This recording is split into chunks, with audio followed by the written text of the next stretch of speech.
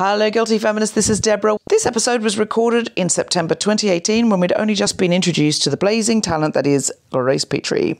We played a one-off night in Newcastle and Grace co-hosted with the hilarious Sammy Dobson guesting. She couldn't have been a better guest with one of the most bizarre stories of how her burning sense of jealousy was created by some quote-unquote original parenting. It's one of the funniest episodes ever. Enjoy. I'm a feminist, but I saw a poster for a film called Fierce, the untamable Joan Crawford. And I thought, I want to be the untamable Deborah Frances White. And I'm going to go further and say, I want men to try to tame me so I can prove that I'm untamable.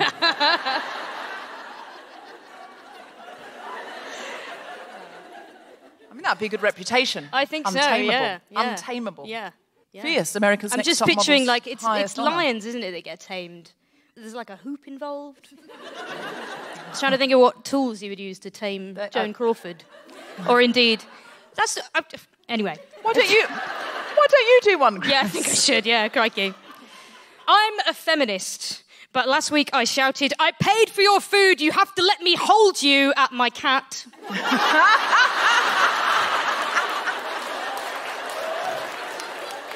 And then immediately felt like I was not a feminist. Is your cat male or female? Oh, he's male, yeah. Do you know, I was trying to tame him. That's what I was trying to do. The bastard. I'm a feminist, but at the Guilty Feminist book launch party, David Baddiel came up to me and said, oh, I've got your book, but I haven't read it yet. And I said, oh, you don't have to. And he said, no, I want to. And I said, don't feel obliged. At my own book launch party for a book with feminist in the title. Oh no, David Baddiel, you keep singing about football coming home. There's no need to read my little words. What's the fuck? What the fuck? I'm a feminist, but sometimes I let men in the music industry assume that I know nothing about guitars because I find talking about guitars relentlessly boring.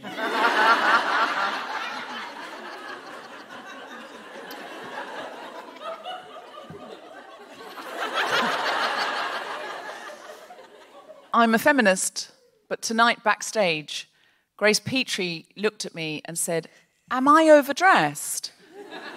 And I went, no, you look great. And she went, I think I might be overdressed. And I went, no, I think you look great. And she went, I think I'm overdressed. And I looked down and went,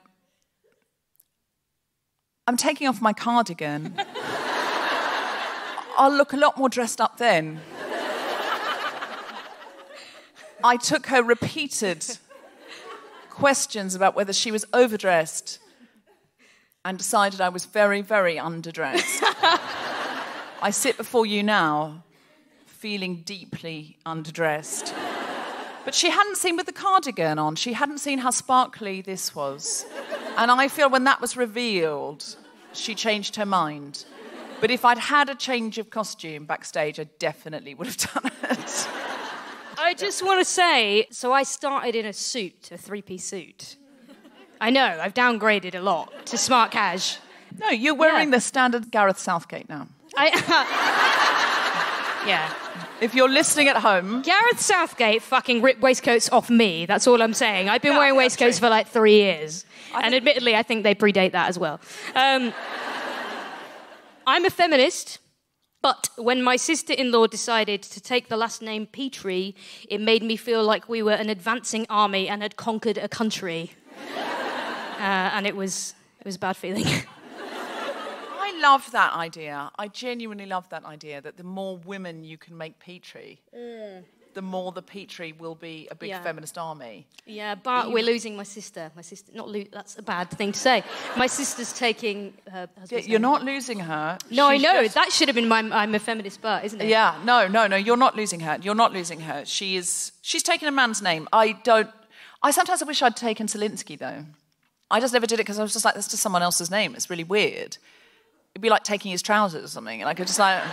Yeah. Do you know what I mean? Like stealing his car keys or something. I'm like, it's not my name. Like identity fraud. Kind of, yeah. Taking his credit card. I don't know. It just feels like that's not... I mean, I have done that, I want to populate the world with Petries, I think. Yeah, I know. I do understand. I just didn't take it because it just felt like not me. But I've sort of regretted it since because Selinsky's such a cool name and he's 5 generations ago was Polish. And the women there, if he's Selinsky, they would be Selinska. So I've often lain awake at night thinking I could be Deborah Selinska.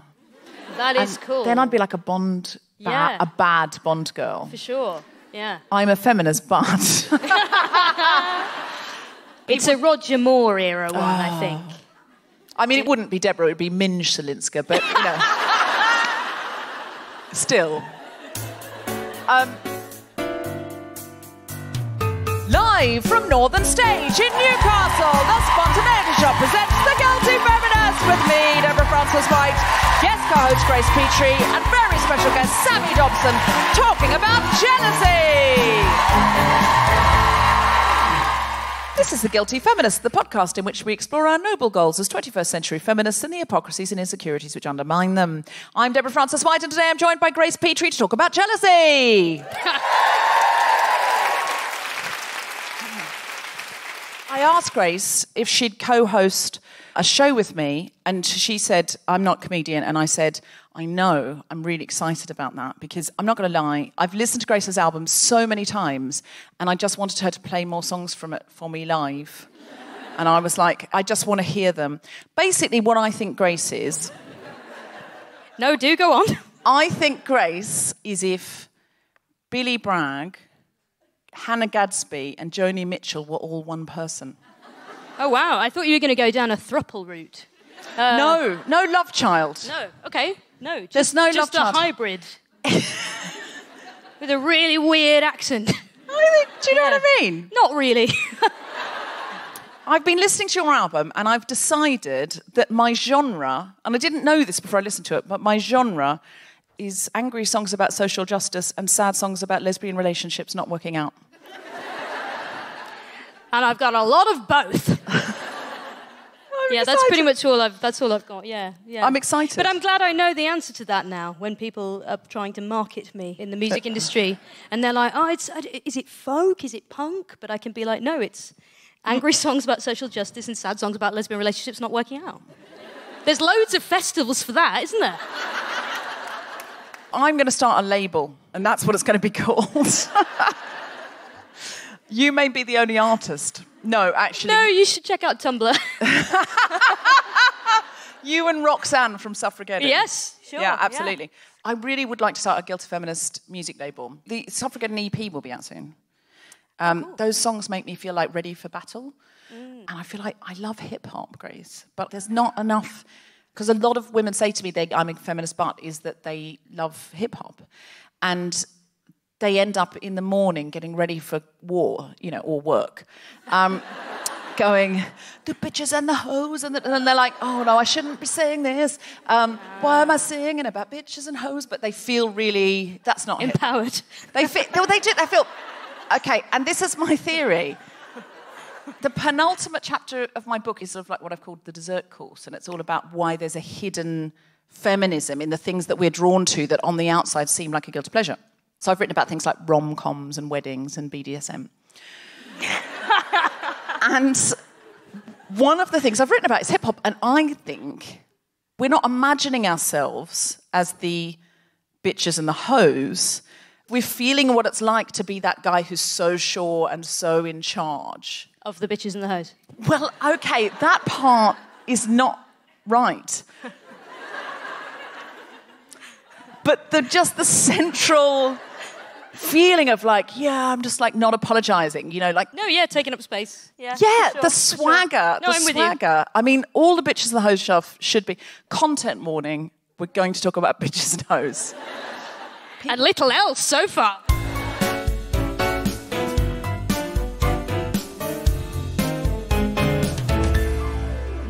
Please welcome to the stage, Deborah Frances-White!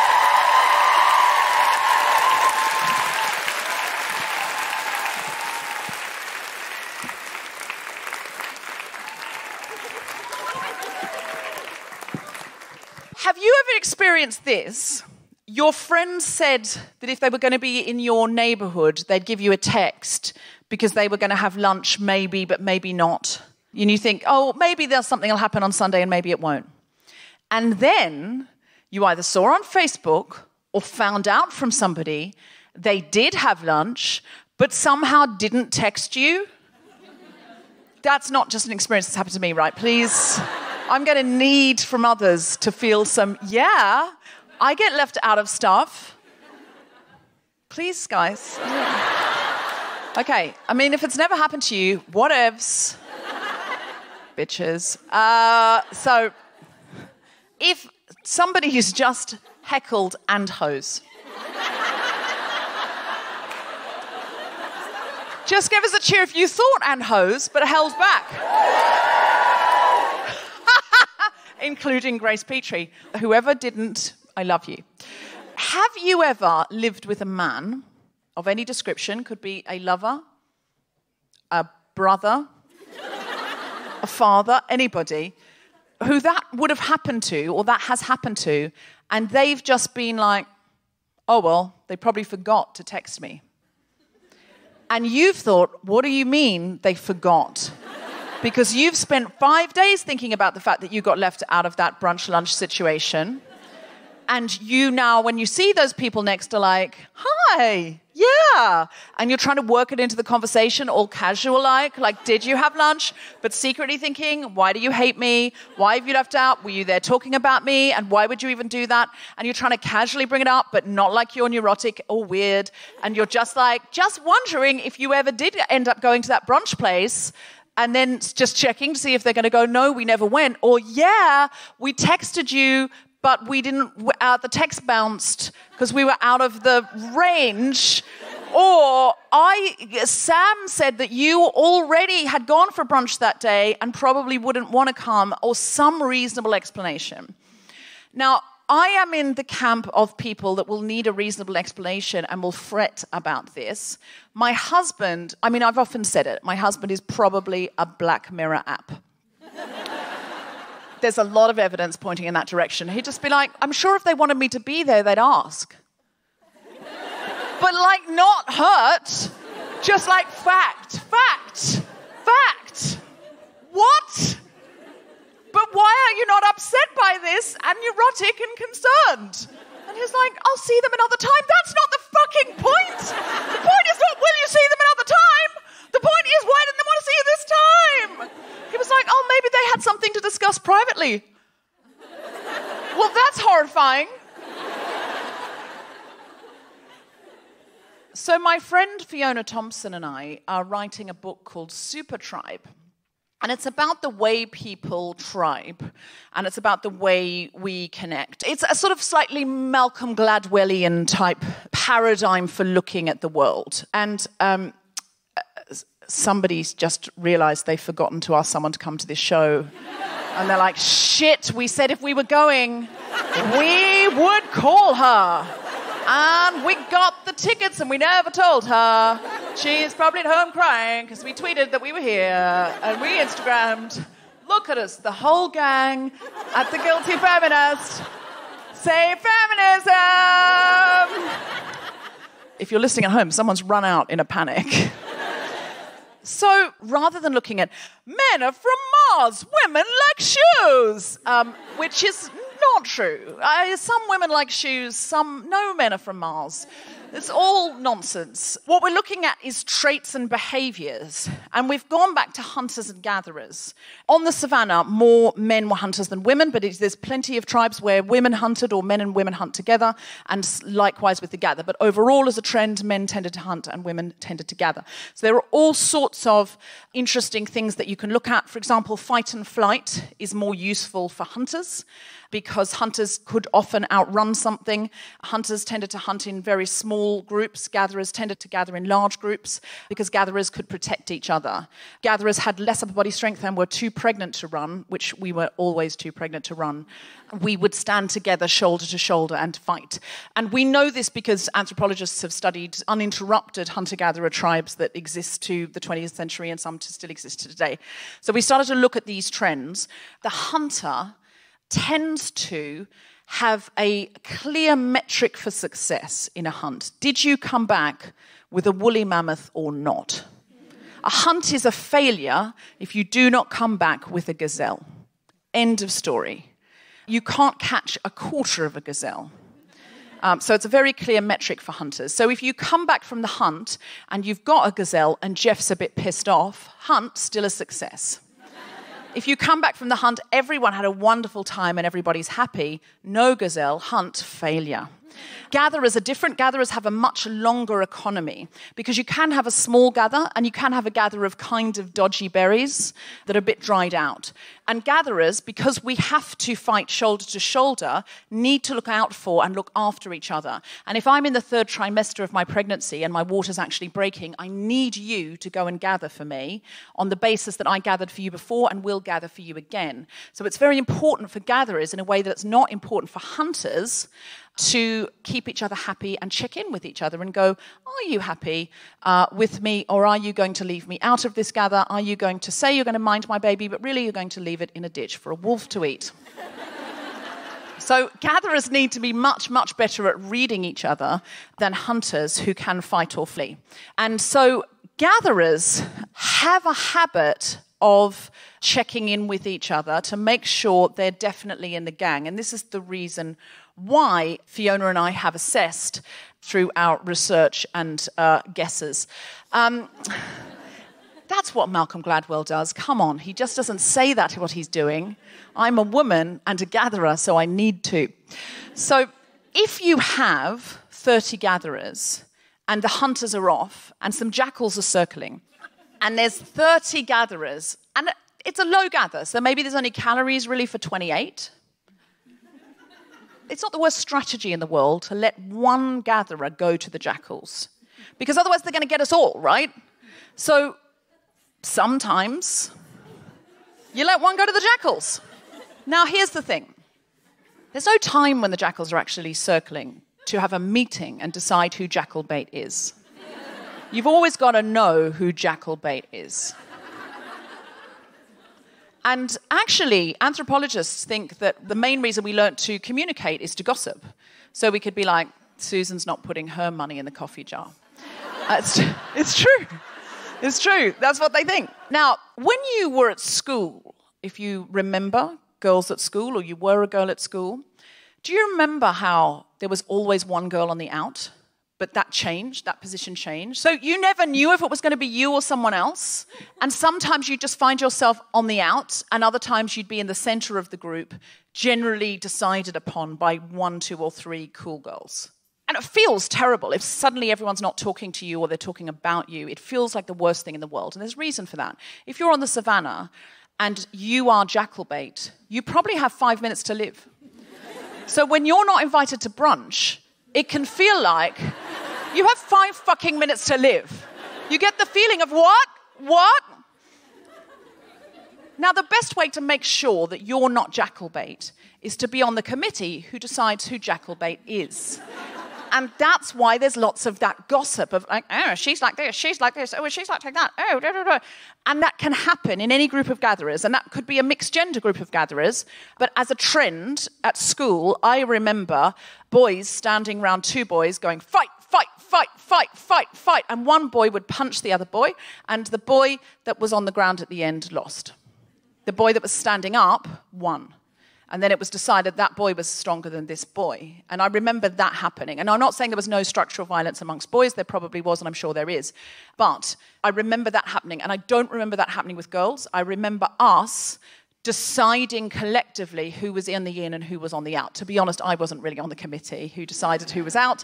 But I remember that. And in smaller groups, I probably was. I probably was deciding, and there was gossip and discussion about those things.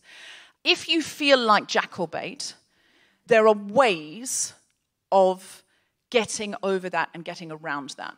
And I've talked to a lot of women who work in big firms about this during my research. And a lot of those women have said, at work, I am a hunter. I am process first and people second.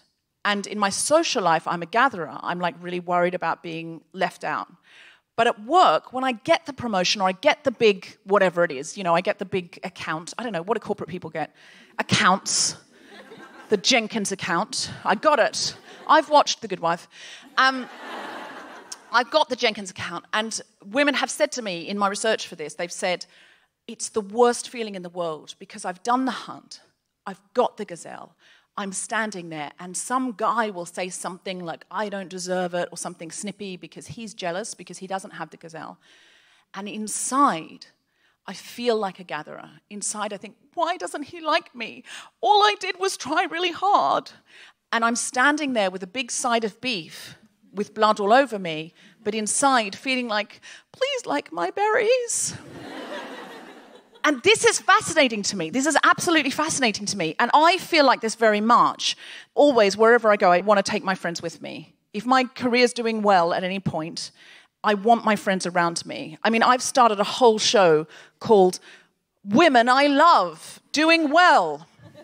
Please applaud for the next woman I love. Look at her gazelle and her berries. Because I can think of, frankly, nothing worse. I want to be doing this that I'm doing, but it's quite exposing because I'm standing here in a light and I'm on Mock the Week now. And I'm like, my nightmare is to be standing there covered in blood next to a woolly mammoth on my own. Because then I've definitely got 5 minutes to live. Because I'm covered in blood and I'm holding protein. I'm like, where are my gatherers at? Where are my gatherers? Because we got to hang together. Because we got to, Wes, don't go away, don't. So I absolutely fear this. It's sort of like the opposite of jealousy. It's like I desperately want other people around me to do well. And that feels like it's coming from a good place. But somewhere deep inside, I also know it's coming from a place of not wanting to be alone. So I have a thing, because I used to, genuinely, my life was a bit ruined by someone not liking me, and I couldn't sleep, and I would feel physically sick. So I've developed this thing through the jackal bait theory that Fiona and Dobson and I have come up with for Super Tribe. I've developed a technique that really does work for me, and it goes like this. If somebody's short with me, off with me, weird with me, somehow snippy or difficult or something like that, I do this. Firstly, I look around and I go, are there any jackals here? And I literally go to the window and I look outside. I live in Camden Town in London. And I go, can I see any jackals in the street? No jackals. Anything that's going to eat me? No. Okay. Then I go, secondly, have you been detribed? Has the whole tribe left you? Or do you have tribe? And I think about my family and my friends and my comedy tribe and my feminist tribe and all of those different tribes. And I think about all the people I have and all the tribe that I have. And I think, no, I have tribe. So what's going on here? And then I think about this particular relationship with this person. I think, okay, so this person has a problem with me. And I think, is it valid? Is it a valid problem? Have I done something to genuinely upset them that was accidental? And if I have, I should apologize. And I find I can make one warm apology and go, did that upset you? I'm so sorry if it did. And I don't have to keep going, am I in the tribe though? Am I a jackalbait? Do you not like me? Do you not like my berries? Am I going to be jackalbait? Are you going to be, I don't want to be jackalbait. I don't want to be jackalbait. Sorry, I'm so sorry. No, but I'm really sorry. I don't have to do that. I just can go, I'm so sorry about that. I really didn't mean to. Let me introduce you, I kind of fix it. Or if it's their problem, if I think, no, I haven't done anything wrong. They're being jealous because of whatever situation that they felt they deserved or were entitled to something that they weren't. And they're just pissy about their own issues. This has nothing to do with me. In which case, I can just go, it's not my problem. It's not my problem. I am not jackalbait because you're jealous of this little bit of success that I've had here. That is your problem. And I can hunt her up. And what's so exciting about it is that now, in my life, if something's not going well, I think to myself, I think I'm being too hunter, where I need to be more gatherer, or I think I'm being too gatherer, usually, where I need to be more hunter. And I start to say, am I putting everyone else over the process and what needs to happen for me to move forward and for this to be great? Or am I going hellbent for leather for this and somehow I'm not listening to people and I'm not taking that on board? And what this means is I've sort of cured myself of this neurosis through looking at the model through this world. but also, please, please never fucking leave me out of brunch. Thank you very much.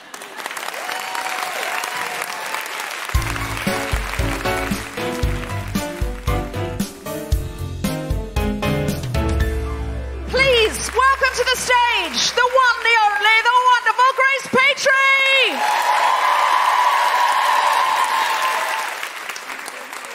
Hello. All right. Okay, I'm going to sing a couple of songs. I've got a new album out, and this is a song from it. It's quite an old song, actually. I wrote it years and years ago, but I've kind of re-recorded it for this album with a new arrangement. And this is the wankiest introduction to a song that I have, but it's true. So I wrote this song because when I was doing my English A-level, I was studying Shakespeare's Othello, and I wrote a song about the play. Yes, I did. What a knob. But is anyone familiar with Othello? Yeah. Shakespeare fans, all of you? Half and half. Someone went, nah. Fair enough. But it really stayed with me, the story of Othello, for years and years. And then years later, I was in this relationship that I was very insecure about. And I think we'll probably talk about that later on, because Deborah said, do you want to come on to the show that's themed to do with jealousy? And I said, wow, the chance to make myself look awful in front of the biggest platform I'll ever play to. Yay! Sign me up! So this is called Iago, which is a reference to Othello and not to the parrot in the Disney film Aladdin.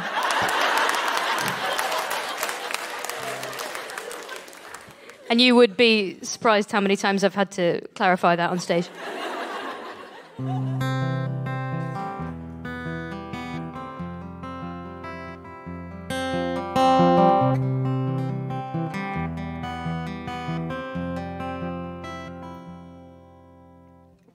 You know that I'm my own worst enemy, always trying to wreck what's right in front of me. It doesn't mean that I don't understand that every time I force your gentle hand to come and comfort me,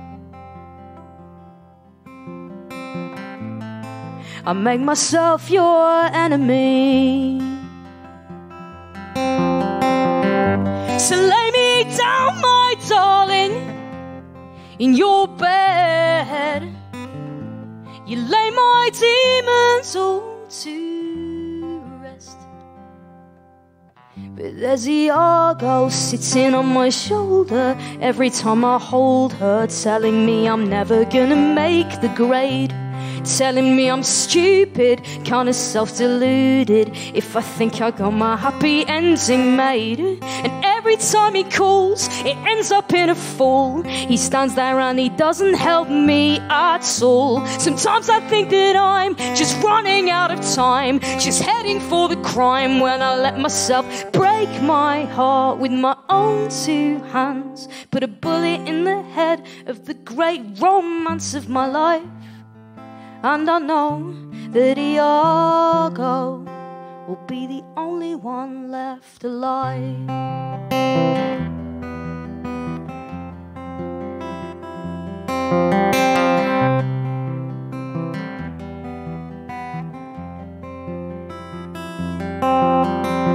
Sometimes I just don't have the energy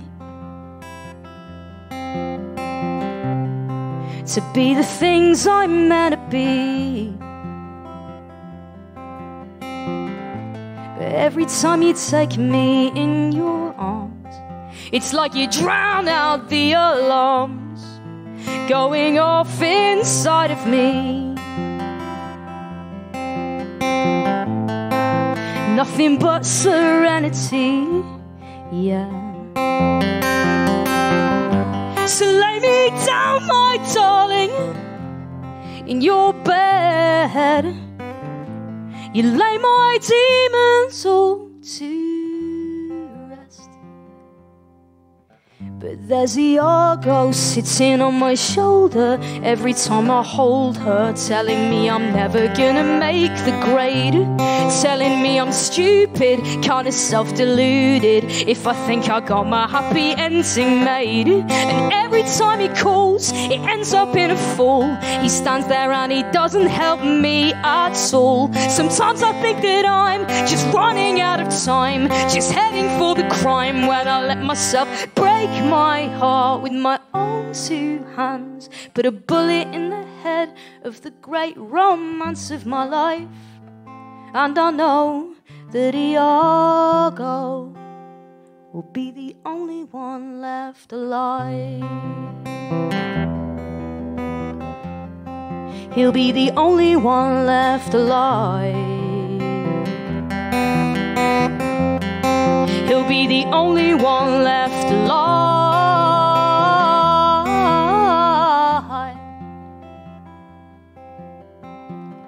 You know that I'm my own worst enemy.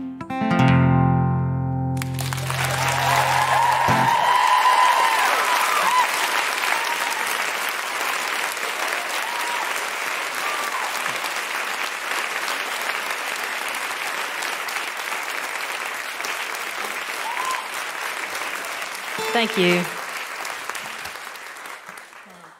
Another form of jealousy that I experience a lot of the time is the jealousy I have for people who seem to know what the fuck they're doing. Is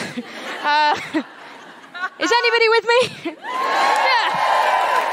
Yeah. Just don't know what the fuck I'm doing any day.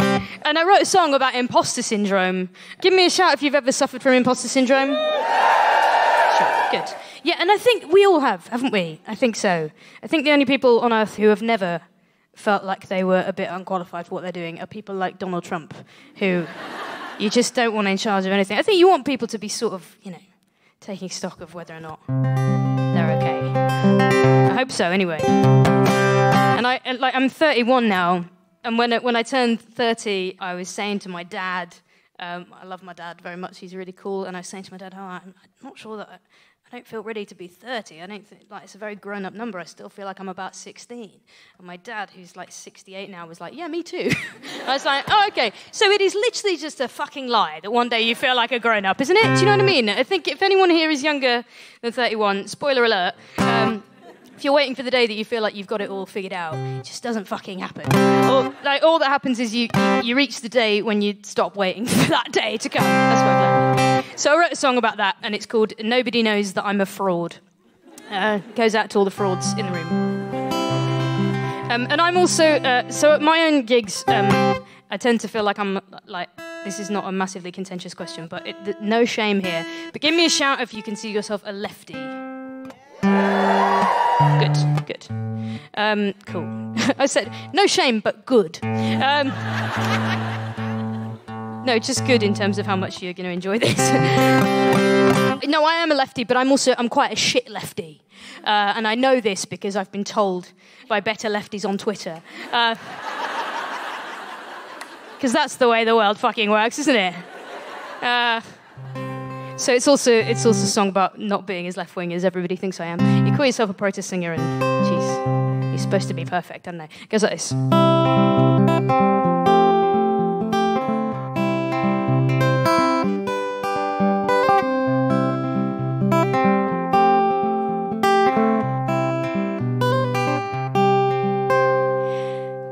I don't watch PMQs as often as you might expect.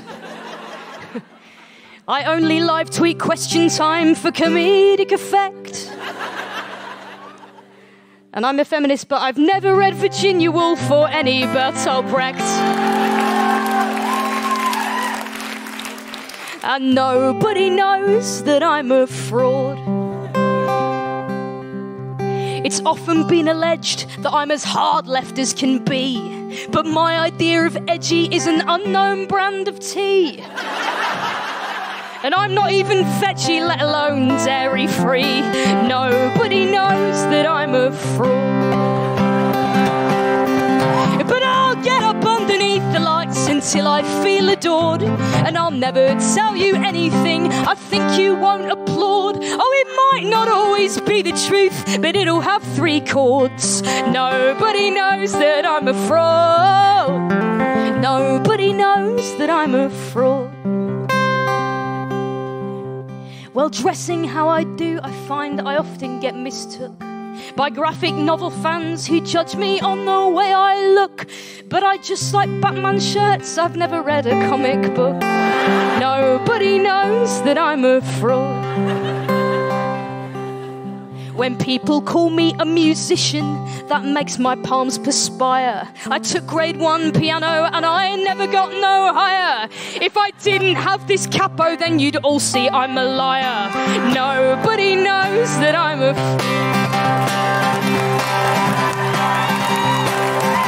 But I'll get up underneath the lights until I feel adored, and I'll never tell you anything I think you won't applaud. Oh, it might not always be the truth, but it'll have 3 chords. Nobody knows that I'm a fraud.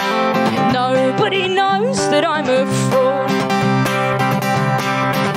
And some days I get so scared that we're losing, and some days I'm just so sure we'll never win. And some days I get so knackered from refusing to let that in, to let that in. Whoa.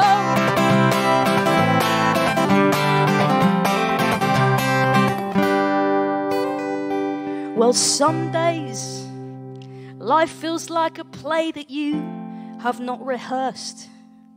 But one thing's true of all of us sharing this universe, is we could all be doing better and we could all be doing worse. And everyone you know feels like a fraud. Come on and get up underneath the lights until you feel adored, but never tell them anything you think they won't applaud. Oh, it might not always be the truth, but it'll have 3 chords. Nobody knows that I'm a fraud. Oh, it might not always be the truth, but it'll have 3 chords. And I guess I'll take up spoken word when I run out of chords, 'cause nobody knows that I'm a fraud. Thank you.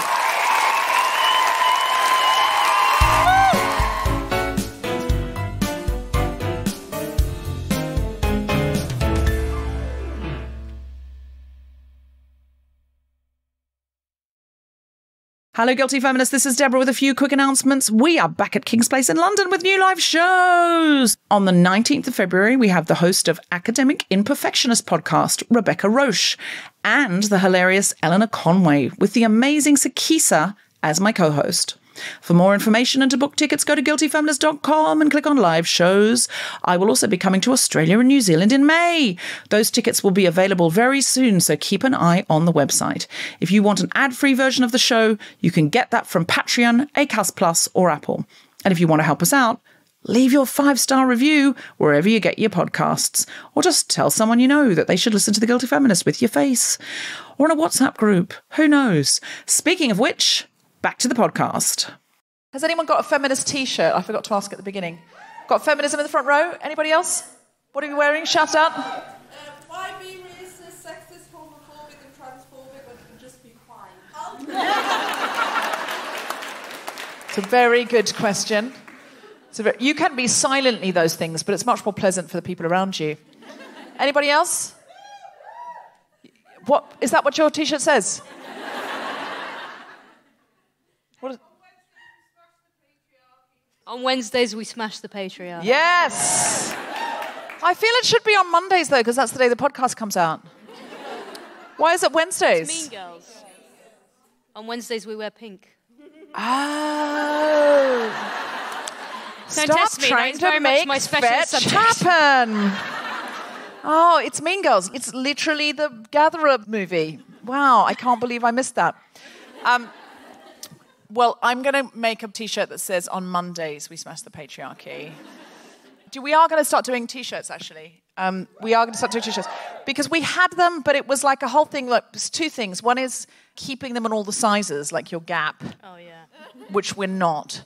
And secondly, I just felt a bit uncomfortable about putting feminism on a T-shirt and selling it. So we've made an arrangement with Help Refugees.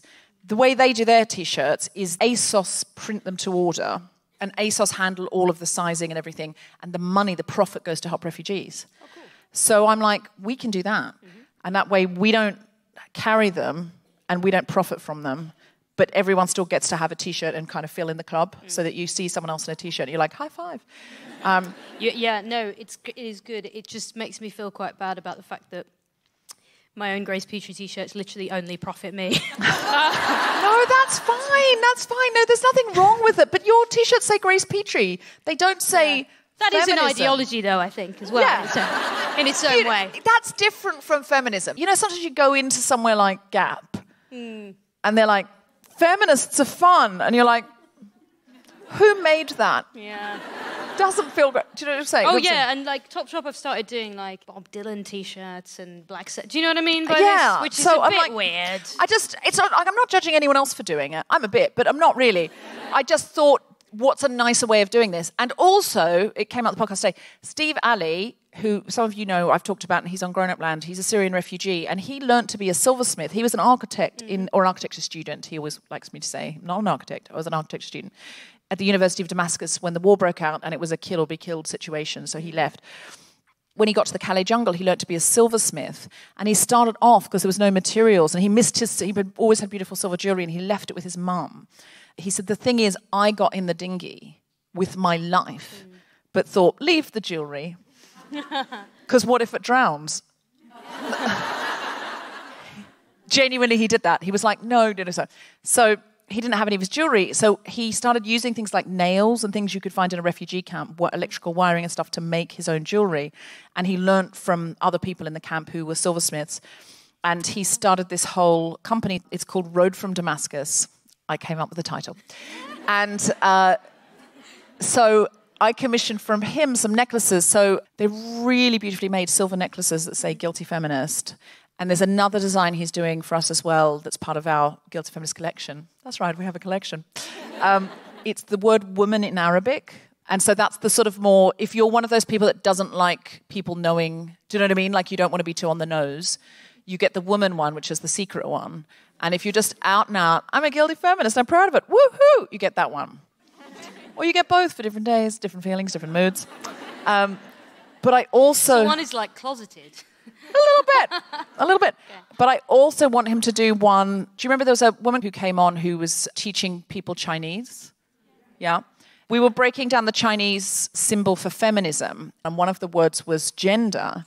And I said, how did that break down? And she said, the sign for gender is the birth of your heart.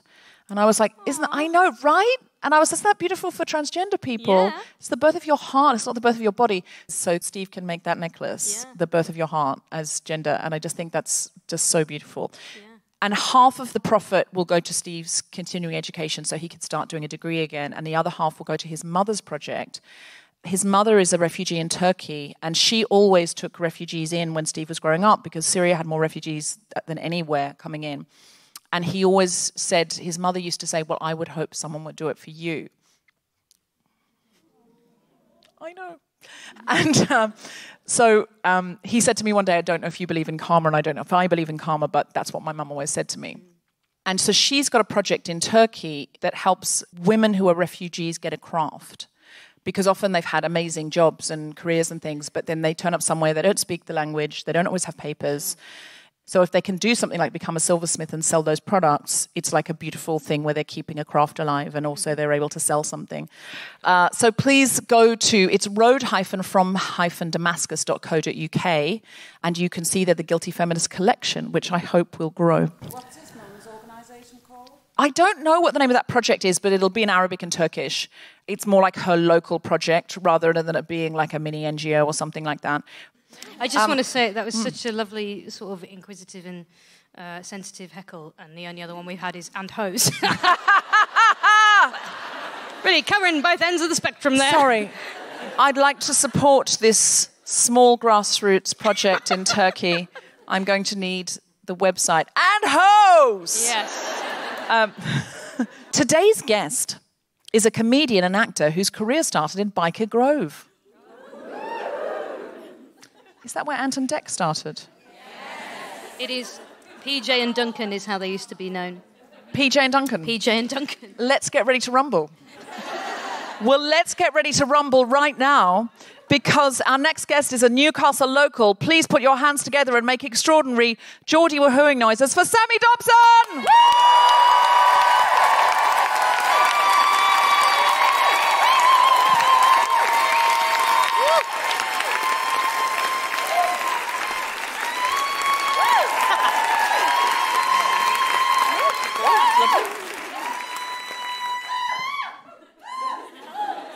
Me mum's in. Hello. You're right. I'm going to tell you some probably too intimate stuff about myself on the theme of jealousy, whilst hopefully making you laugh and not terrifying you to your very core. That will happen. I'll put a little bit at the start of this by saying I was single for 6 years. And I don't mean 0 to 6. It was 22 to 28. That's when you want to be single. It did lead to the Google search, can you get industrial white finger from vibrator misuse?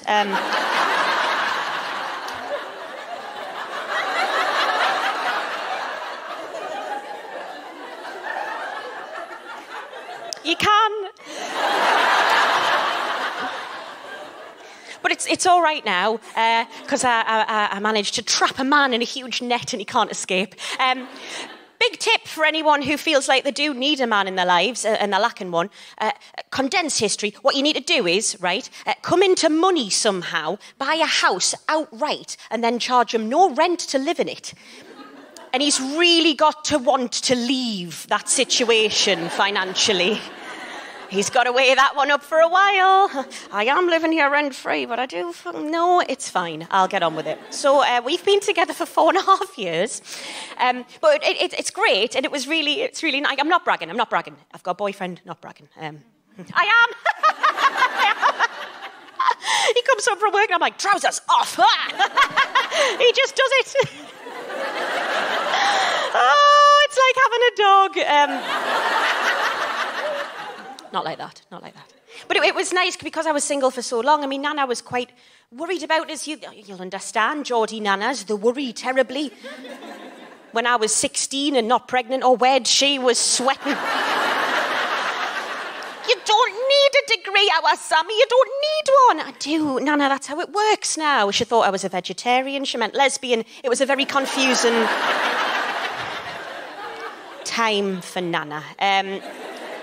But it was lovely because I got to take round this real man who I didn't technically pay to be there. And I was like, Nana, this is my boyfriend. Oh, isn't that nice? Isn't that exciting? And she loves him. Oh, she absolutely loves him. She always buys him special chocolates. And I mean, I think she sort of fancies him.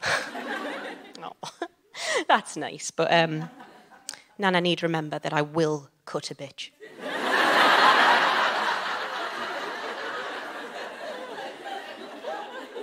And her osteoporosis will just play into my hands. She'll crumble like dust in the wind.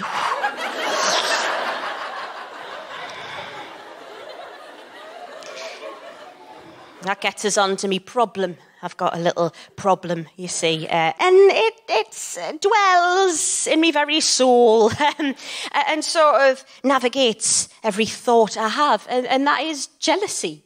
I'm a very jealous person. I'll give you an example of this. Recently, my partner was having a shit. And I timed them all. And this one just seemed to take that little bit too long. And in that few minutes extra time, I had convinced myself that what he was really doing was FaceTiming a new woman. And the reason I couldn't hear anything through the door was she was deaf. And he hadn't been staying extra at work to help with their workload. He'd secretly been doing BSL at night to talk to his deaf bitch through FaceTime, claiming it's a big shit. It wasn't. I know that. He had food poisoning. So it's really hard, when I'm in front of lovely people like you, when I'm on a stage, when I'm doing comedy, I feel like I can just tell the truth and just say things that come out my mouth and it's fine. It's like a safe space. I can just get away with it. I've said some awful things on stage, all of them true. Terrible. But when I go home, that's when I have to start pretending. That's when the act starts. Oh, because I have to pretend not to be fully insane. I have to be like, oh, carefree, isn't life wonderful? My mind isn't ricocheting off its own shell with thoughts of what you're doing with other women. I just love you. So he comes home from work and I'll be like, hello, have you had a nice day? oh, God. Would you like a lovely roast chicken for tea? And he'll say something like, yeah, I've had a lovely day, actually. I've been working with Sarah from...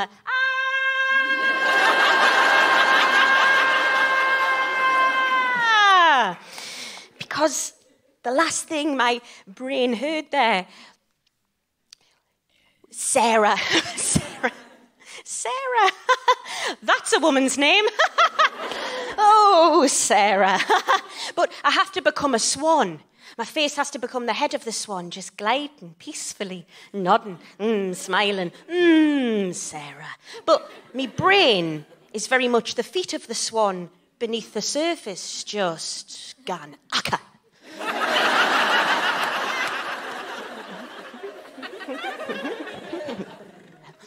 Sarah? Who's Sarah? Is she young? Oh, she's in her 20s. That's it. Oh, that's nice. She doesn't shave her toes yet. Sarah!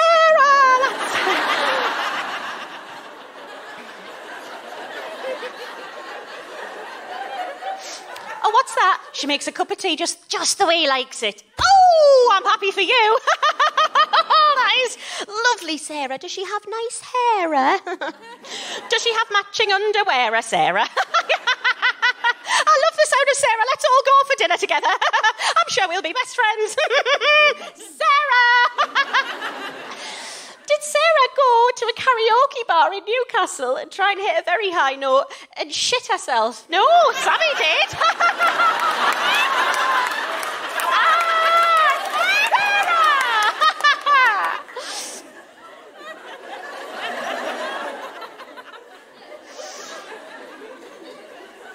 Well, you see what I'm going to do?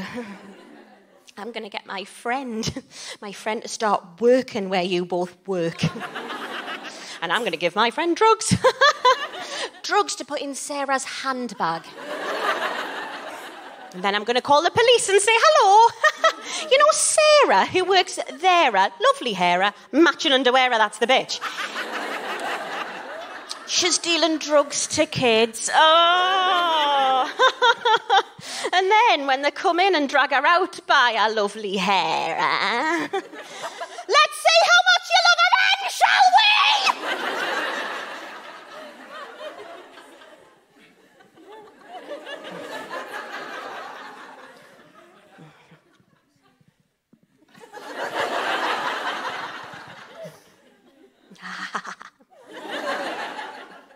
Would you like a rice pudding for afters?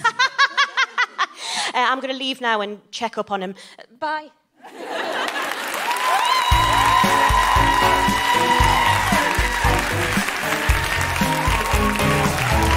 Sammy Dobson, everybody.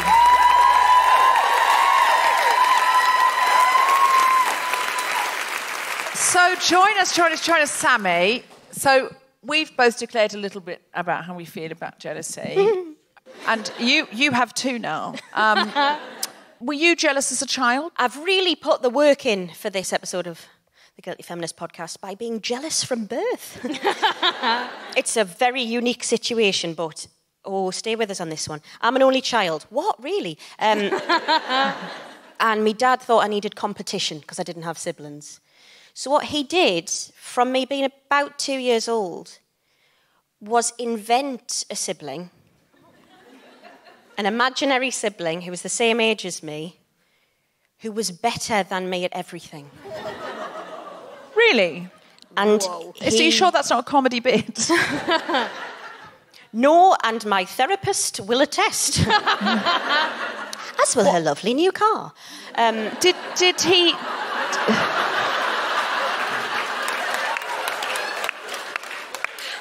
Did he say this child was real and elsewhere? She seemed real to me. She was called Sean. Do you know what? If I meet anyone called Sean now, ripple. I just can't deal with it. So she was called Sean, and so your dad said your sister Sean would do. She can ride a bike. Yeah, that came up.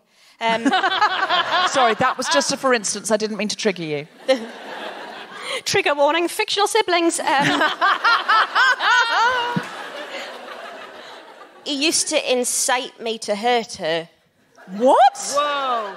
So I'd go and try and cuddle him, and he'd be like, no, you can't, because Sean's here. What a lovely cuddle. So someone just went, Jesus Christ. It's really nice to have that validated, because you carry it for a long time going, oh, that was just Dad's little joke. I wonder why I'm a comedian. I notice on your ankle, if it's okay to say, you have Mam and Dad tattooed on your ankle. I mean, apart from that, he was lovely. I was going to say, is that to win us up? What does Sean have tattooed on her ankle? I think my dad's just got Sean tattooed on his. That wouldn't surprise it. Oh, God. Oh, I've entered the pit again. But it was anything. So if I got 9 out of 10 on a spelling test, he would look at it and go, Sean got 10. No way. To the point where the day I got my A-level results... What? It was still going on? Yeah, I'd been really ill in the lead up to my A-levels. I missed about 3 months of school, hospitalised a lot. So I got 3 Bs and I'd really wanted my 3 As. And my dad looked at my results sheet and went, oh, Sean got 3 As. No. And honestly, I just felt the tears well in my... And he just meant it as a joke because he knew how much it bothered me. But I was like, of course she did. I now have a theory, because I don't know you, Sammy, that you did have a sister called Sean and you killed her. We were all thinking it, I think. Yeah. And the narrative you have now is she was always imaginary. I have worried that. Did you have... How were you as a child? Did you have siblings? Is it all right to ask I have siblings, this? yes. I'm the youngest of 4. I am just sickeningly spoiled by my whole family. And the best example I could tell you about my lifelong relationship with jealousy was when I was very small, very young, I should say. It's never not funny. If you're listening at home, Grace is... Very small. Grace is very small. How tall are you, Grace? I've never measured myself. I think I'd find it quite a depressing experience. Okay, so, sorry, continue. No, it's good. I didn't mean to provoke jealousy over height issues. It's fine. It's fine. I'm sorry, we're quite tall. It's in many ways where it stems from. I'm 4, but I do tower over Grace. Yeah. 5'4", yeah. Do you know what? Sean's taller than you, though.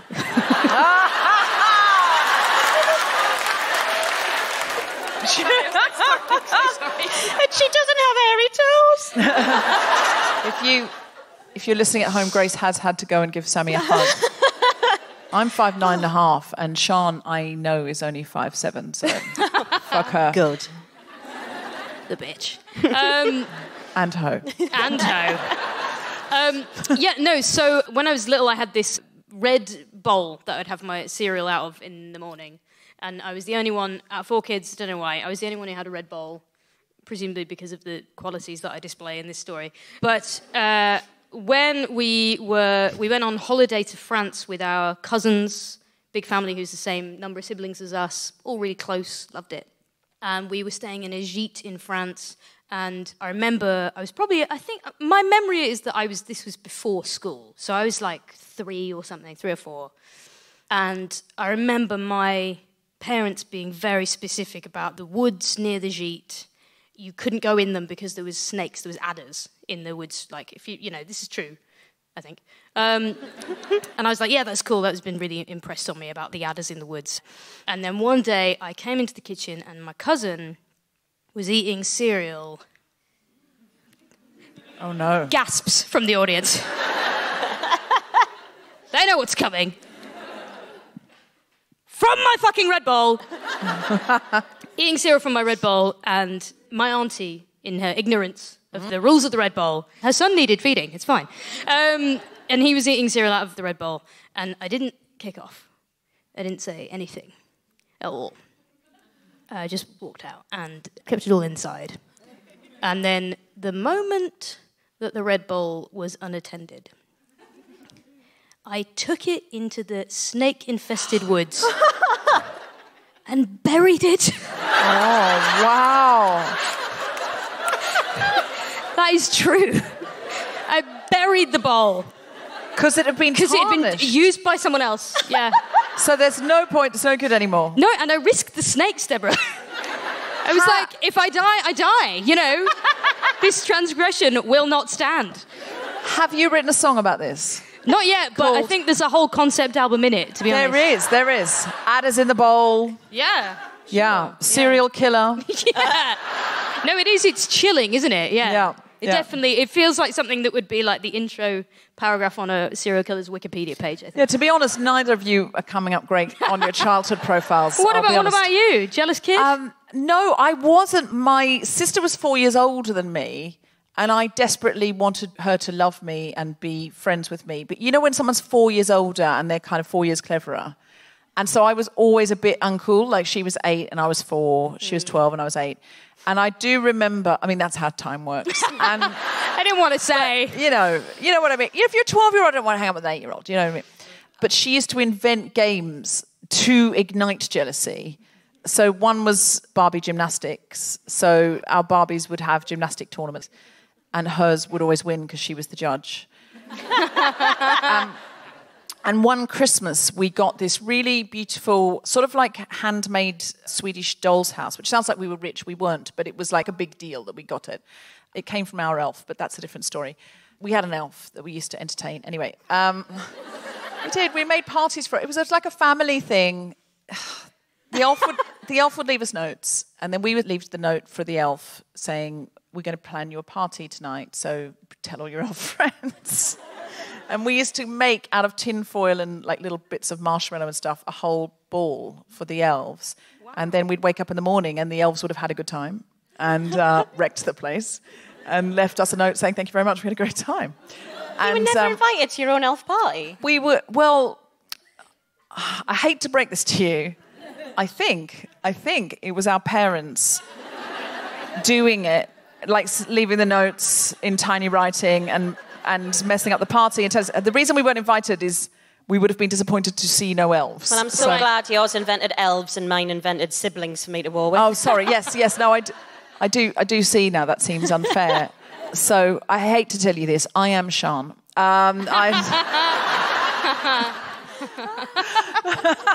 What a twist!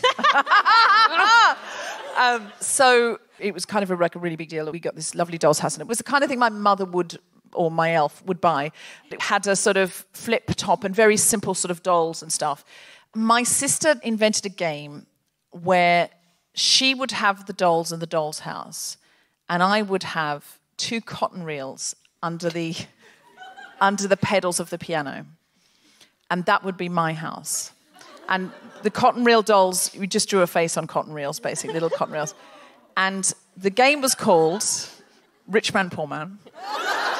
Very gendered looking back. Why wasn't it Rich Family, Poor Family? I don't know. It was called Rich Man, Poor Man. She invented it.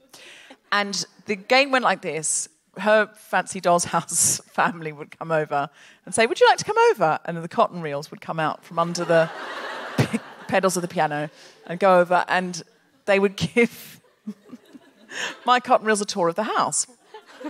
And it was lovely, all the rooms. And then they'd say, "Oh, can we come to your house?" And I'd go, "Yeah." then they'd come over and go, "Ooh, this is not great." That was the full game. Wow. My sister and I still laugh about Rich Man, Poor Man, but she was just older and clearly not a socialist. I was going to say, it's very classist, this game, isn't it? Well, I mean... Yeah. Marx would have a fucking field day with that. I mean, seriously, that was because she was a child and she was just trying to wind me up. That's more excusable, though. My dad went to extreme lengths to wind me up because he thought it was good for me. And I had to call the police once. Did you? Did Sean break in? Yeah. It was self-defense, Deborah. Nightmares. No, we were playing Frustration. You know the board game with the... Bop, Oh, yeah. bop, bop. Oh, I loved that. We called that Trouble in Australia. It is trouble. He kept getting 6s because he was rubbing his lucky moustache on it. Now... It wasn't a pocketed one, it was the one on his face. He was face down on the carpet, rubbing his lucky moustache on the dice, and every time coming up 6s. Now, I was getting more and more annoyed, so he thought this was more and more brilliant, to the point where I just simply had to call the police. Did you call the police? I called the police at 4 years sixes? old. They didn't think I would know how, but I did get through. And I said, it's not fair, my dad's using magic to win frustration. Did the officers come? My mum got the phone at my hand and went, I'm sorry, she got hold of the phone and she's only 4 and her dad is using magic. Is Sean a sort of thing of the past now, just to be clear? Yes. Is she a much more successful comedian? It is, and I've sort of forgiven my dad to an extent. But when you said that, honestly, I was like, I could feel the tears coming and going, yeah, she probably is, isn't she? She's been on live at the Apollo. She's England's comedy sweetheart. She's Sarah Millican. I don't know,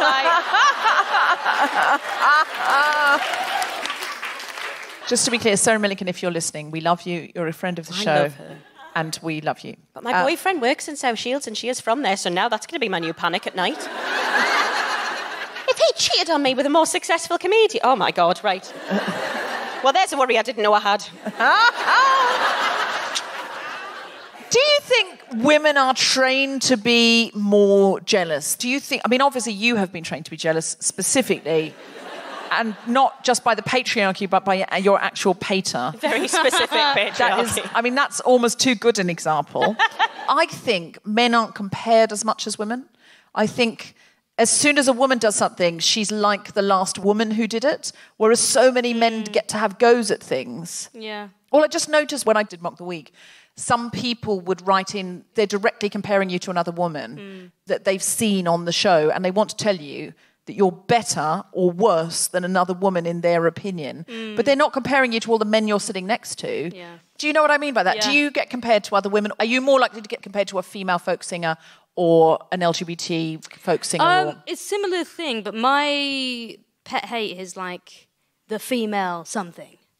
Do you know what I mean by that? Like I get the female Billy Bragg, I get a lot. You know? I'm really sorry. No, but you didn't call me the female. I didn't. You call me the female anything. I said you are Billy Bragg, Hannah Gadsby, Joni Mitchell. And what a pedigree, to be honest. One person. If they were in a body swapping film, a 3-way body swapping film, and they were just biting into a fortune cookie as the lightning struck, and then they all swapped one around and then it's merged. a specific film we're talking about, isn't it? If they were in Freaky Friday, let's just call a spade a spade. It's a niche film. Yeah. I will grant you that. Just because you missed Mean Girls, you can't get your Lindsay Lohan points back now. Oh, I can. Yeah, I okay. can. Yeah. I can. I feel a man can be his own person in a sphere. Oh, yeah. But if you're a female judge, you must get compared to other female judges. Yeah. If you're a female research scientist, you must get compared to the famous woman rather than just getting compared to other people in your field. Well, I think it's just still the fact that, like, men are just the standard so much of the time. So, like, how many of us have had a gig where they were like, oh, God, we've got to find a man for the bill. Do you know what I mean? Like, that's just I've had that. You're probably the only person in entertainment that has I don't problem. worry too much about it. I think if I haven't got a man for the bill... I mean, on The Guilty Feminist, obviously, I don't feel any pressure to put a man on the bill. Global Pillage and Grown Up Land, which I book, occasionally I do think we've had a lot of very female-heavy shows, and I haven't booked a male guest in a little while. Yeah. I know I'm in the minority, and I know also I have an unconscious bias. Somebody said to me, for a show that I was booking, can you book more guys? Because you're booking, we want this to appeal to men and women. And I was like, well, they never worry about that with it's the other way around. But okay, fine. They were suggesting some names who were white straight guys, who I'm sure are very good. But I realised that I was kind of like, I don't really know these guys. Are they going to be funny? And I realised, because I never see white straight men be funny, because all of the shows I book... I just, in my head, I went, are they going to be funny, though? Are they going to be talented? Are they going to be good? And I went, oh, my God, I've got the opposite bias that all of the people who book comedy clubs have, because they don't see women be funny very often. So they're like, and they saw one once and she was uncomfortable on the bill because she was the only woman and she wasn't introduced properly and blah, blah, blah, blah. Or she just had an off night, or she wasn't very good. And then they've made an assumption that all women are going to be that. And they've just already decided. And I just realised, I was like, shit, I've got the thing where I go, it's not that I'm sure white straight men are funny. You sound like an apologist. I just Yeah, exactly. I just don't see any evidence of it. Yeah. I haven't seen it. And there was a guy that I'd just done a thing with, and I was like, he's good, I know him, he's great, we can have him. And I was doing the thing that they do, which is, I know a woman who's funny, we'll book her and that'll be the funny one. And I did exactly that for white straight men. I'm in a microclimate, and I've written about this in the book. The Guilty Feminist is a microclimate where women do well. And I just know, when I've had men on occasionally, I've seen it happen. The audience are polite, but the response that you gave Grace and that you gave Sammy and that you gave me, if I now said, and now this guy, this is what happens. The audience go, they're nice, so they'll go, good. But I see them sort of slightly stiffen and they just lean forward like, we'll hear you out, white man, but you better have something to say.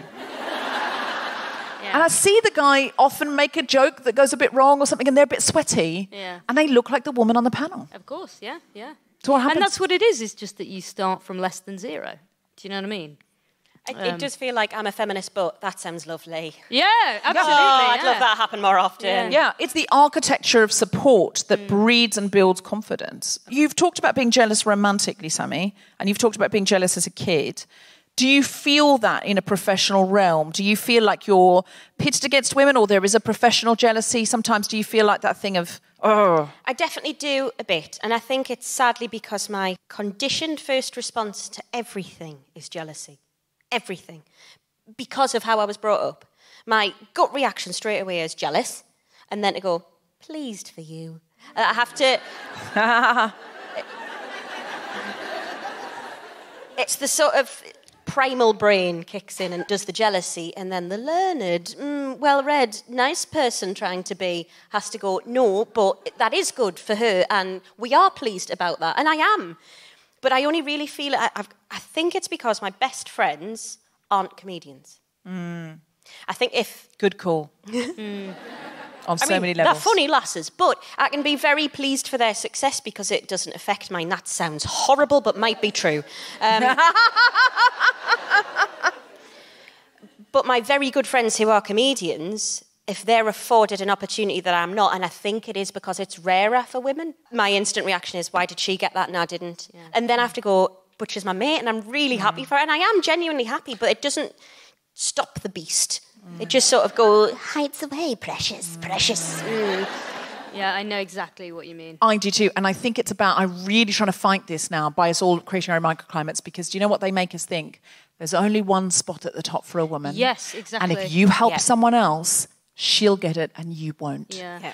And while they keep that thing where there's 3 or 4 women allowed on the telly, or there's 3 or 4 women allowed in these spots, whatever your industry is, that there's how many female CEOs in your industry, how many, that's what they do. They go, oh, there's only one spot. And I hear women in the corporate world talking about it, that there's this, how many women are there on the board? Let's be honest. There's 12 people on the board. One of them's a woman. So if I start helping you, what if you're better than me? And then you get the, next time a woman dies and there's another one allowed on the board, you're going to get it. So why am I helping you? So I'm better off helping guys and making allies of men. Yeah. Because they can do jobs for the boys. They can scratch each other's backs. And we have to stop that. As women, we have to start scratching each other's backs, because that's how they do it. They all help each other up the ladder. They invent the ladder. They build another ladder together. Yeah. And they all give each other legs up. And women are going, oh no, I couldn't possibly... It would be unfair for me to give another woman a spot. People are going to think that I'm helping women through, or you're going to get it and I'm not. We've got to stop that collectively. I'm not saying you. I feel like I'm... You have to stop that, Grace. I know what you do. You don't help any women in folk. I tear them all fucking down. That's what I do. You should write a song about that. But it's true. I mean, they literally have... It's called the Old Boys Club. They literally... we need a new girls network. An old girls club sounds... We need a new girls network. New girls network, yeah. I honestly thought you said Nude Girls Network then. I was like, that's a different website. Quite far away from Guilty Feminist.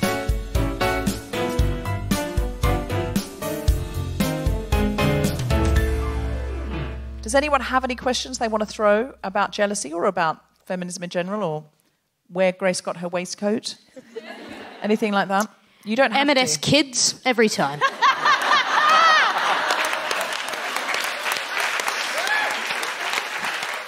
I may be short, but I don't pay VAT on most of my clothes. Hey.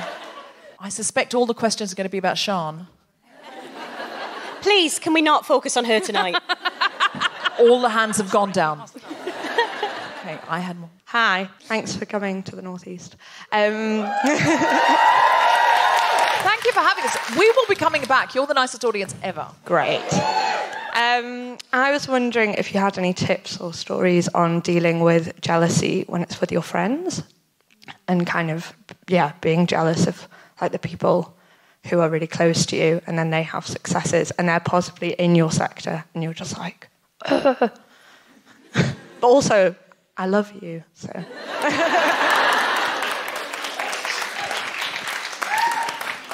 Is it Gore Vidal who said, it's not enough for me to succeed, my friends must fail?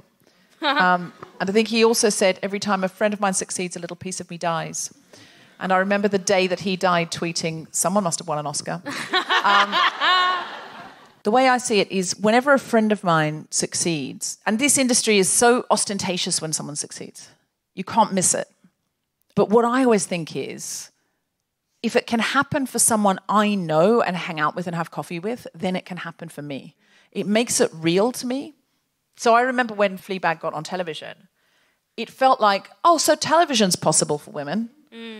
It felt like, what? Someone I know that I hang out with, that I've hung out with and had drinks with at Edinburgh, and that made me believe again. Because I'd started to think, it's not really possible, it's for other people, it's for men, it's not for me. So I think that's a great way to look at it. And also ask them what things they did. If they've got something that you want, ask their advice. Everyone loves to be an expert. It's the most complimentary thing you can do and status-raising thing you can do is to ask someone for advice. Do you know what I mean? Like when Joey asked Rachel, my little sister wants to be in fashion and she wants to talk to an expert. And she went, oh, I guess I could ask one of my bosses. And he went, no, I want them to talk to you. And she went, oh, my God, I'm the expert. And because we'd grown up with Rachel, seen her pouring the coffee and being all lost, it felt like a big moment for all of us. Yeah.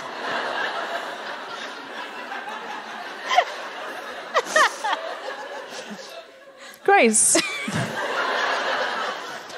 When Phoebe from Friends succeeds singing in the coffee shop, do you feel a little piece of you come alive? I feel very seen. By Phoebe.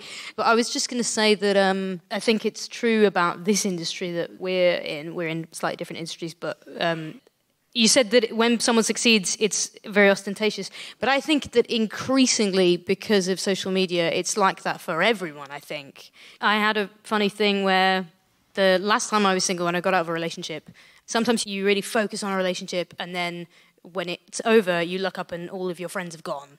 And then there was someone who I wanted to make friends with, and I kept seeing that she was posting all of these great pictures on Facebook, and I was like, she's just having the best life ever. She's having the best time.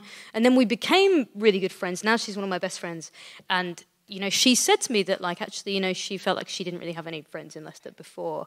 And I think that that's quite an interesting thing. I'm really aware that, like, these days, like, it's probably worse if you're in any way, like, in performance. But I think it's true, like, the internet makes us all into performers. And I think that you're supposed to be, like, your brand all the time is how great everything's going. Do you know what I mean? You're like, it's our first anniversary and we're drinking champagne and, like, selfie, buying my first house, like, and all this stuff.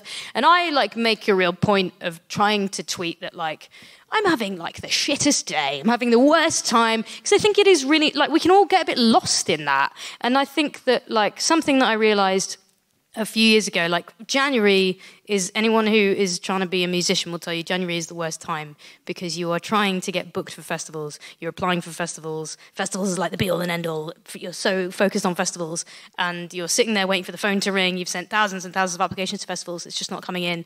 And all around you, oh my God, everyone is just tweeting, just had the best thing confirmed. Can't tell you what it is yet, but best gig of my life. Hashtag can't wait for the summer. And you're like, I hate you. But... like, something that I realised a few years ago, and it's related to advice, I think, is that it's so easy to look around at everyone and be like, everyone is doing better than me. It's so easy. Like, that's the easiest thing in the world. I think social media exacerbates it so much. But what helps me is to think that, like, there's always someone thinking that about you. Like, you don't know it, but there's always someone somewhere in the corner, there's someone looking at your post going, fuck, she's got it all. You know, I think we're all in this, like, same bubble together. It's like, not to quote your lyrics back at you, but in that last song, where you say we could all be doing better and we could all be doing worse. Yeah. I find that a very poignant lyric because that's the truth, and I will die that way. No, I will. I'll die. I could have done better and I could have done worse. And on that day, I'll get up. I mean, if I am able to get up. I think you're dead. No, before I die, I'm going to die in the afternoon. Sorry. Yeah. And what if I get up in the morning and die in the afternoon? Yeah. You're not thinking this through. And that day, I could have done better and I could have done worse. And it's when I accept that, I'm just so much happier because I just go, oh, so today I'm doing as well as I can. And if I'd pushed a bit harder, I could have done better. But you know what? Look at what I did do. And it's a really nice thing to do.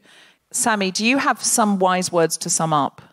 God, to sum up the whole thing, no, I'm not that wise. No. What I would say about that is, all I ever think is if I've got myself into a particularly dark, nasty corridor, is if it's my best mate, if I had something I was really happy about and really pleased about and something I'd worked really hard for, I'd want her to be on my side. So if it's the other way around, I know she needs me to be her cheerleader. Mm-hmm. So I have to put everything else to one side and go, I'm so happy for you. I am your support network and I am your cheerleader and this is brilliant, because the last thing I'd want in the world is for my best mate to go, oh, I can't tell Sammy, she'll be really annoyed.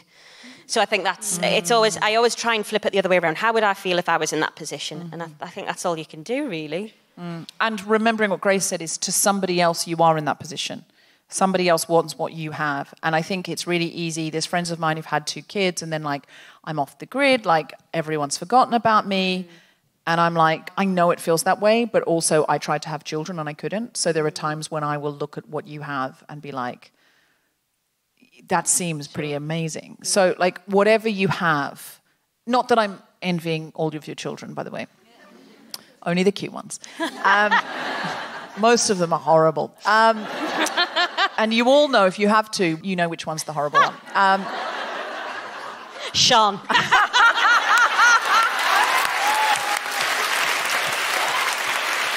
Yes. And the hose.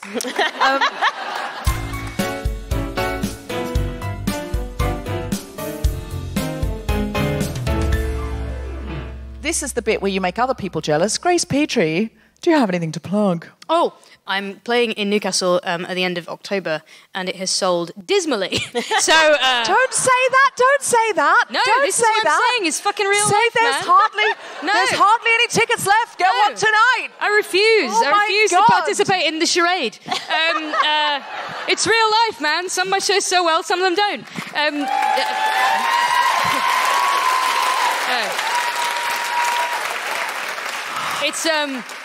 It's at the Cumberland Arms on the 28th of October. What night is it? This is the best audience Not ever. prepared for the love for the Cumberland Arms. I mean, it's nice enough, but wow.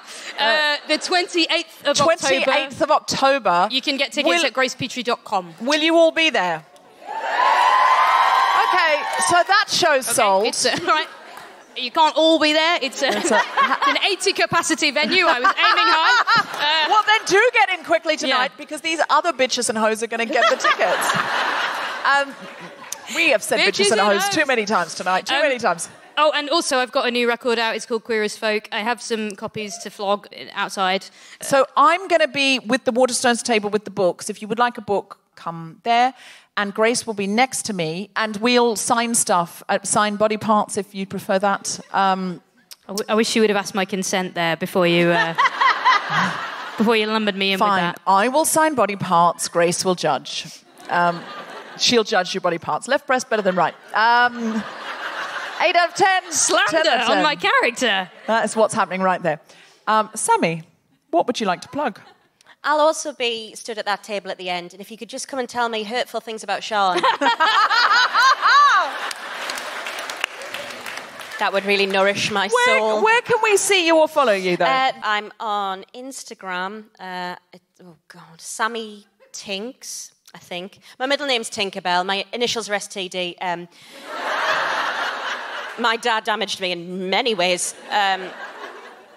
And I'm on Twitter as Sammy Tinks or Sammy T. Dobson. I should have checked who I am before I came.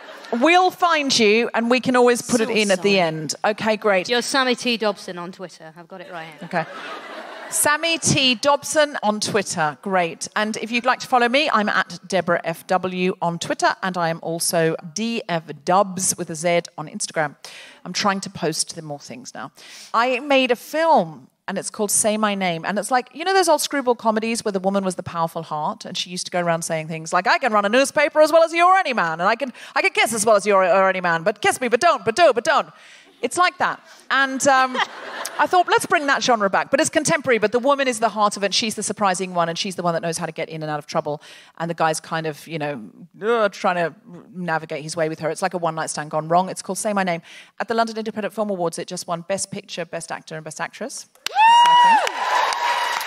And it just got into the Liverpool Film Festival and the Cardiff International Film Festival. So I'm very excited. Distributors are coming to look at it. If you would like it to come to a cinema in Newcastle or wherever you are listening to this, if you hashtag Say My Name Movie and say, hey, we'd like the sound of this movie and we'd love to come here to Newcastle. It was written by me and I also have a cameo in it. And it was picked up by a female producer who was like doing a Reese Witherspoon and was sick of like the roles. She said, I was playing moms and victims, and she was like, fuck this, I'm going to do like an independent version of what Reese Witherspoon's doing. And so she's also starring in it, and she's great, absolutely great. And I've just seen the final edit. I'm really excited about it. Thank you so much. Can I just say you've been one of the best audiences we've ever had. I just love you, and I would play this audience every night. Seriously. I would play this house every night. So thank you for coming out. Thank you for supporting the Guilty Feminist Live. It's traditional that anybody who can and wants to stands for I Will Survive, because this is our feminist church anthem. It's like a hymn. Dancing's encouraged. Well, I just find people want to and then they feel they can't, because no one wants to start it because we're British.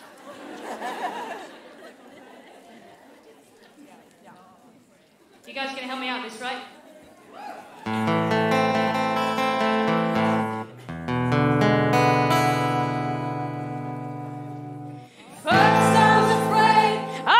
Petrified, kept thinking I could never live without you by my side. And I spent so many nights just thinking how you did me wrong, and I grew strong. And I learned how to get along, and now you're back from outer space. I just walked in to find you here with that sad look upon your face. I should have changed that stupid lock. I should have made you leave your key. If I'd have known for just 1 second you'd be back to bother me. Go, now go. Walk out the door. Just turn around now, 'cause you're not welcome anymore. Weren't you the one who tried to hurt me with goodbye? Did you think I'd grumble? Did you think I'd lay down and die? Oh, know that I will survive. For as long as I know how to love, I know I'll stay alive. I've got all my life to live, and I've got all my love to give, and I'll survive. I will survive. It took all the strength I had not to fall apart. Kept trying to mend the little pieces of my broken heart. And I spent so many nights feeling sorry for myself. I used to cry, but now I hold my head up high and you see me, somebody new. I'm not that chained up little person still in love with you. And so you felt like dropping in and just expect me to be free. Now I'm saving all my loving for someone who's loving me. Go, now go. Walk out the door. Just turn around now, 'cause you're not welcome anymore. Weren't you the one who tried to hurt me with goodbye? Did you think I'd crumble? Did you think I'd lay down and die? Oh, know that I will survive. For as long as I know how to love, I know I'll stay alive. I've got all my life to live, and I've got all my love to give, and I'll survive. I will survive. Hey. Now there's an 8-minute instrumental bit on the track. So what have you got, Newcastle? I think we should just go for one more chorus. What do you think? Oh, no, that. I will survive for as long as I know how to love. I know I'll stay alive. I've got all my life to live, and I've got all my love to give, and I'll survive. I will survive.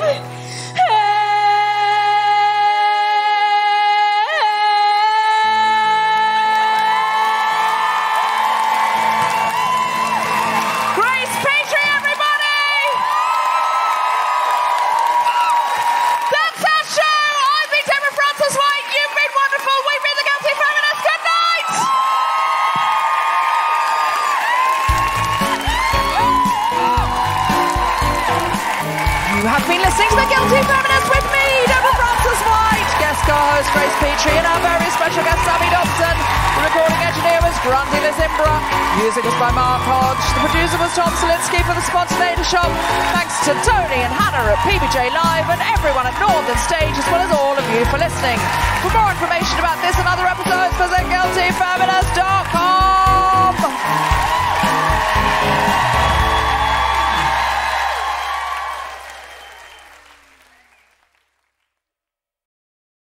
Heard it in Newcastle.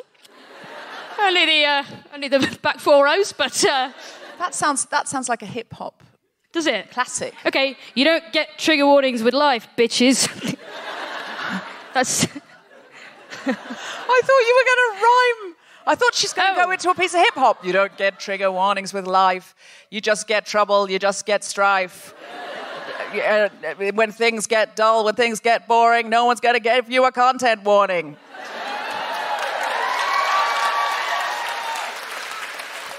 It's not when you need a content warning, but I went for it and people applauded. No, it didn't make a lot of sense, and that's an example. I think that should always be the content warning. You should use it every episode. A little sound clip. I want it as my ringtone. I think. The Guilty Feminist is provided exclusively from Acast. Find it wherever you get your podcasts.